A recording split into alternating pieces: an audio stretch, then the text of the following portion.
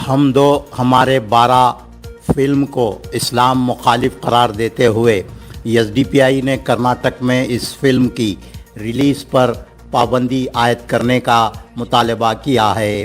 SDPI Gulbarga ज़िला की जानिब से मिनी विधानसौदा गुलबर्गा के अहाते में हम दो हमारे 12 फिल्म की रिलीज़ के ख़िलाफ़ एहतजाज मुनज़्ज़म करते हुए डिप्टी कमिश्नर गुलबर्गा को याददाश्त पेश की गई।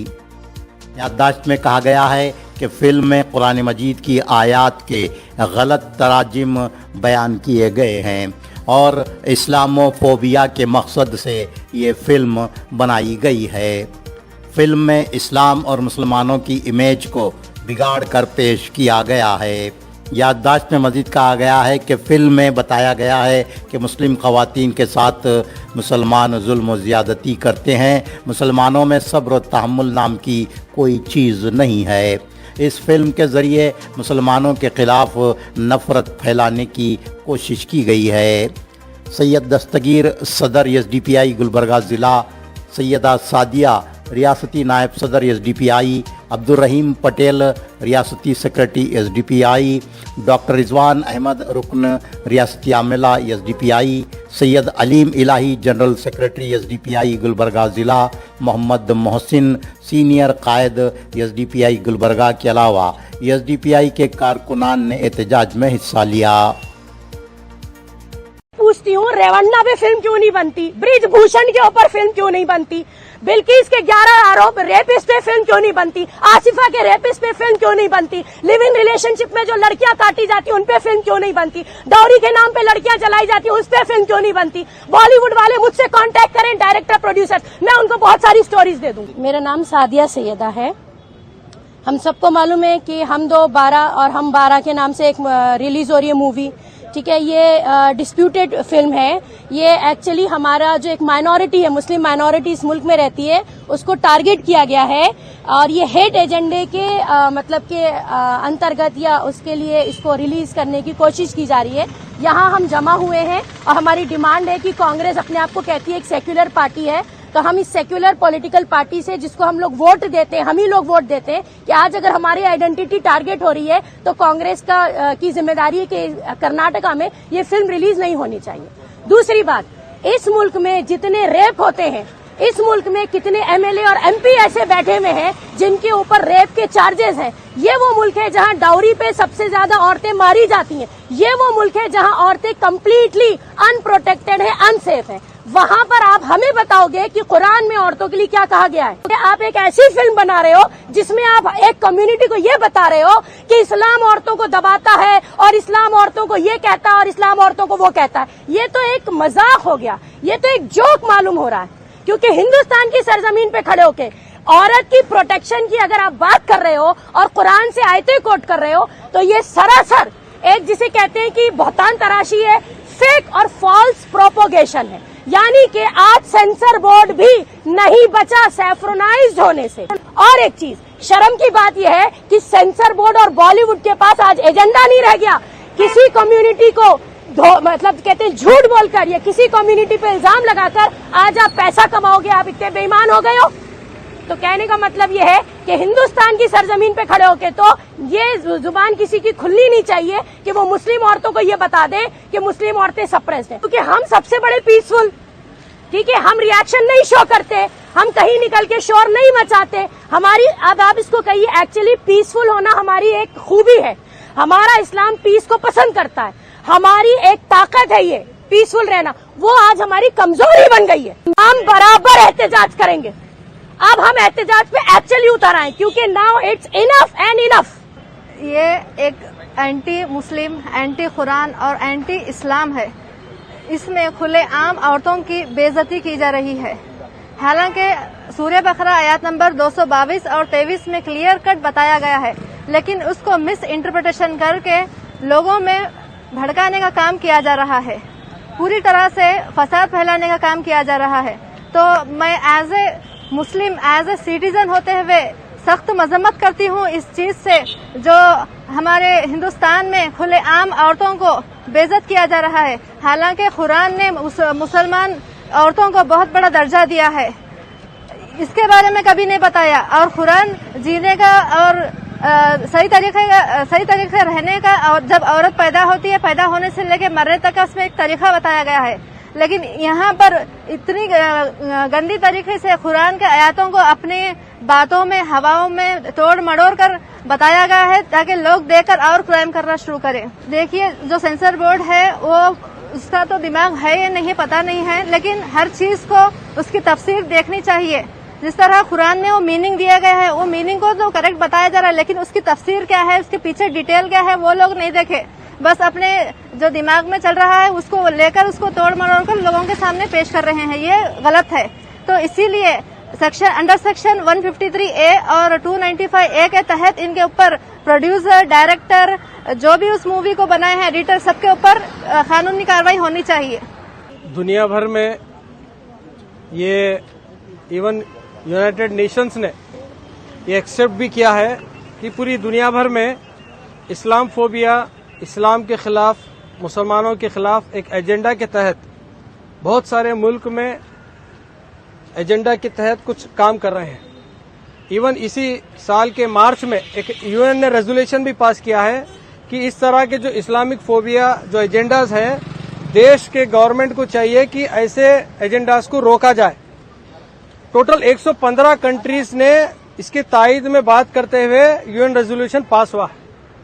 तो ये प्रूव हो चुका है कि हर देश में इस्लाम के खिलाफ, मुसलमानों के खिलाफ एक एजेंडा के तहत काम चल रहा है।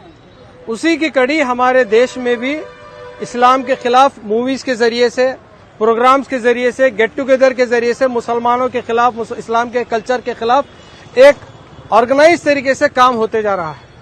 हम रिसेंटली देखते हैं कि कई बॉलीवुड मूवीज फ्लॉप एक्टर्स को लेकर, फ्लॉप डायरेक्टर्स लेकर कहीं से फंड आकर क्या मूवीज बनाया जा रहा है। इसका मकसद ये नहीं है कि जो एट्रोसिटीज हो रहे हैं, जो इश्यूज हो रहे हैं, उसको एड्रेस करना इनका मकसद नहीं है।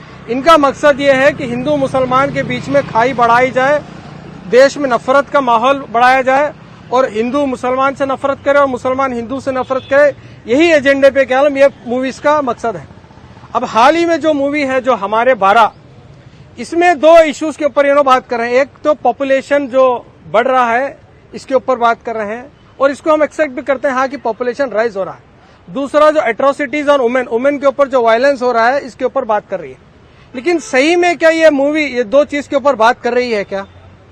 हम जो क्राइम का जो डाटा है, नेशनल ब्यूरो का जो डाटा है, हम अगर वो देखते हैं तो इंडिया में 4.5 लाख से ज्यादा एट्रोसिटीज ऑन वुमेन रिपोर्ट होते हैं। जो रिपोर्ट नहीं होते वो तो अलग ही बात है।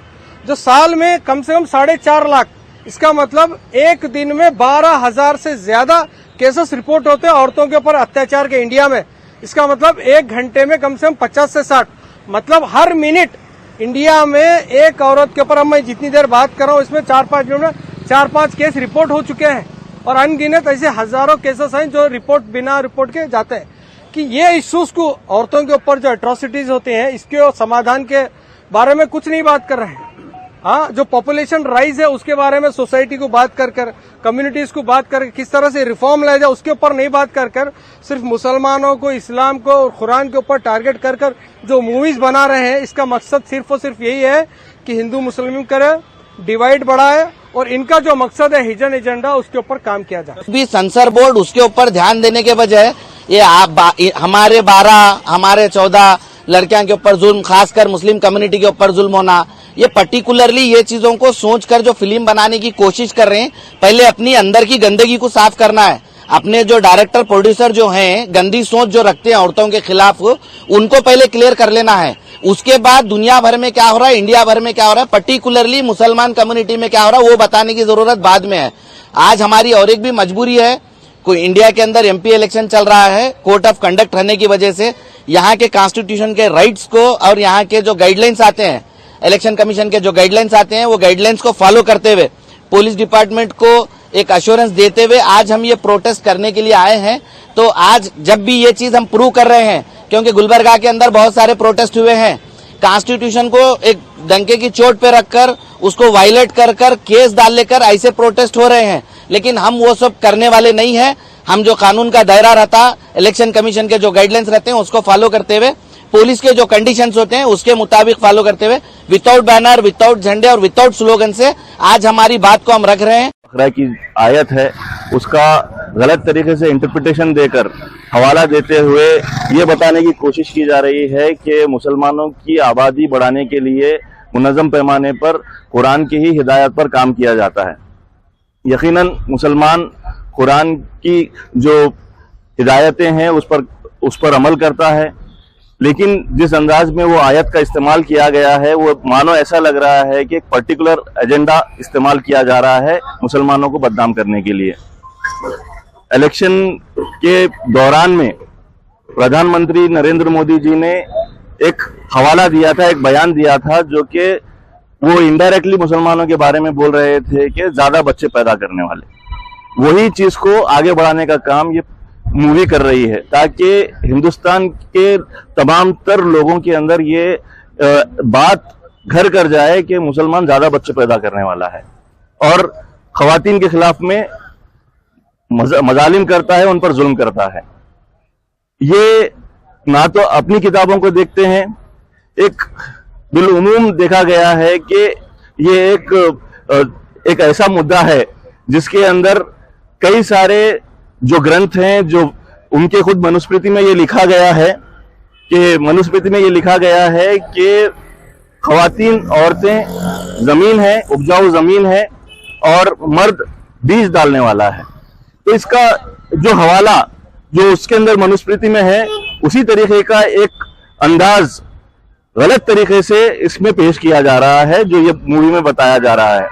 मैं आपके सामने ये पूछना चाहता हूं कि जबकि ये रिपोर्ट्स मौजूद हैं इंडिया के अंदर कि TFR रेट मुसलमानों का घट रहा है और हिंदुओं से बहुत कम तादाद में आज की तारीख में मुसलमान आबादी में जो है अपना हिस्सा दे रहे हैं बढ़ाने में, लेकिन उसके बावजूद इस तरीके की फिल्म एक पर्टिकुलर एजेंडे को लेकर और एक हिंदू मुस्लिम नाइतफाकी पैदा करने के लिए, कम्युनल टेंशन पैदा करने के लिए कि आने वाले वक्त में 2050 में 2070 में मुसलमानों की तादाद हिंदुओं से ज्यादा हो जाएगी और उनका कब्जा हो जाएगा, ऐसी उलूल जुलूल बातों को सामने पेश करने का काम ये मीडिया के जरिए खास करके ऐसे फिल्में जो नफरती चीजों को आगे बढ़ाने का काम करती हैं। और बड़ी ही अफसोस की बात है कि जो सेंसर बोर्ड है वो उस पर पाबंदी भी नहीं लगाता है। नहीं, हम लोग एहतजाज करेंगे, थिएटरों में ये मूवी आने नहीं देंगे।